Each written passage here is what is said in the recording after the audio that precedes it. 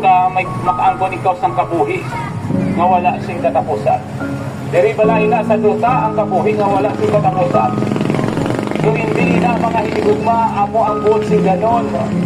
St. John chapter 3 verse 16. Kaya kamaturan mga hinigugma wala sing tawo na magpabilin nga buhi diri sa duta. Ang tawo maka-experience sang kamatayon.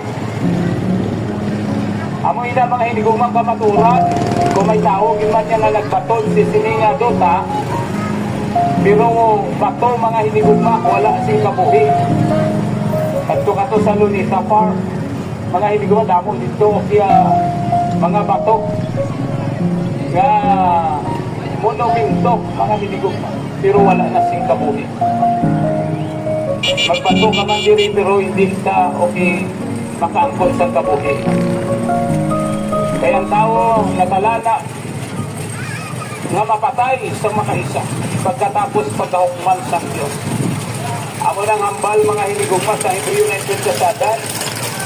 Sa Genesis chapter 2 mga hinigugma kaysa duta kita na ukinagikan magabalik man kita sa duta.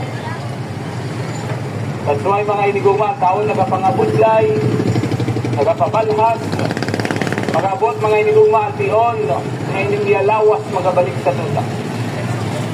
Subot sing ganon mga hinigugma ining kabuhi na wala sing katapusan, hindi niya diri sa duta.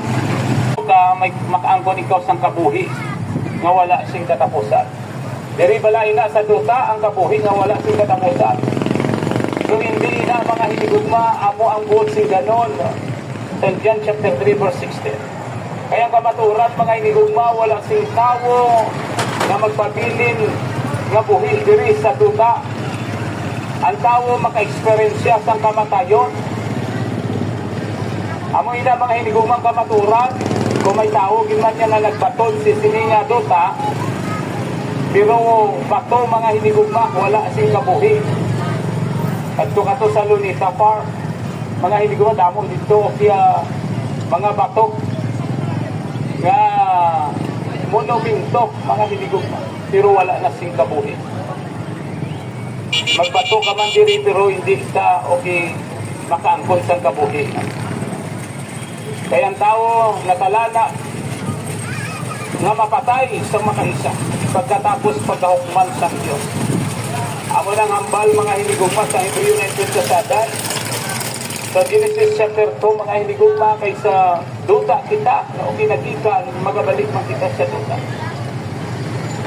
That's why mga hinigugma ang tao nagapangabudlay,